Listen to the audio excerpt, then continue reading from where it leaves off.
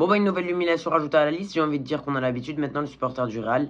Défaite 4-2 face au Benfica, défaite humiliante avec un but de la dernière seconde du gardien pour nous enfoncer. Le pire, c'est que c'est pas même pas une défaite, on a dominé et le Benfica nous a puni sur des contres, des trucs comme ça. On méritait de perdre, on s'est fait dominer sur les 30 premières minutes, puis sur toute la deuxième mi-temps, on ne méritait pas de gagner à part Mbappé et Courtois. Il y a trop de problèmes dans ce club, il y a trop de joueurs qui ne se bougent pas assez le cul. Bon, pour être efficace, on va faire nos tops et nos flops de ce match du Real Madrid, bien évidemment, je ne vais pas parler des joueurs du Benfica. Les tops, c'est simple, il y a Mbappé, doublé, plutôt bon match, bon but de la tête qui a failli nous remettre dans le match.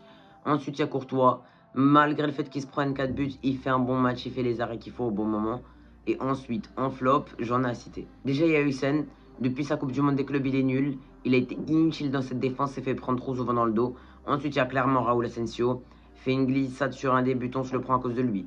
Bon, certes, il fait une belle passe, mais il se prend un rouge débile, de frustration. Son premier carton jaune, c'est une poussette. Ensuite, il y a Carreras, inutile. Kamavinga, il y a quelque chose qui est humiliant. Si vous voulez partir revoir un highlight du match, à un moment, Kamavinga fait un centre, tellement le centre est nul, le gardien du Benfica se permet de faire un contrôle poitrine. Vous vous rendez compte du niveau auquel on est là? Des contrôles poitrine sur la tête à Kamavinga. Il y a Chouameni, c'est pas mieux. Güler, c'est pas mieux. Bellingham, c'est pas mieux. Très mauvais match. Tous, ils ont été affreux.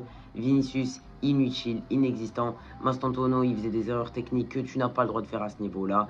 Rodrigo qui rentre en 30 minutes, il se prend un rouge. Et il y en a qui disaient qu'Arbello avait tout changé, et que le problème c'était Xabi, c'est beaucoup plus profond. Et on a des années de retard sur le football moderne, et avec Arbeloa, on ne va rien gagner, et même si on gagne quelque chose, ça ne veut pas dire que c'est la bonne méthode. Ça ne change rien, c'est juste tu mets un pansement sur une mare de sang, ça ne va rien changer. Je tiens quand même à saluer la performance de Mourinho, qui retrouvait le Real Madrid.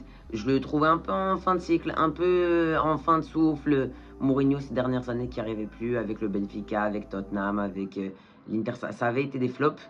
Puis là, il est revenu au Bernabeu, alors qu'il avait enchaîné que des défaites sur sa campagne Ligue des Champions. Ils ont enchaîné 3 victoires et ils ont réussi à se qualifier. Bien joué à eux. Mais on peut voir les conséquences de ce match, et notamment les conséquences de ce but à la dernière seconde du gardien. D'ailleurs, si vous remarquez bien, c'est Mourinho qui dit à Troubine, monte, vas-y, monte sur le corner, et il monte et il met le but. Alors déjà, le Real n'est plus top 8.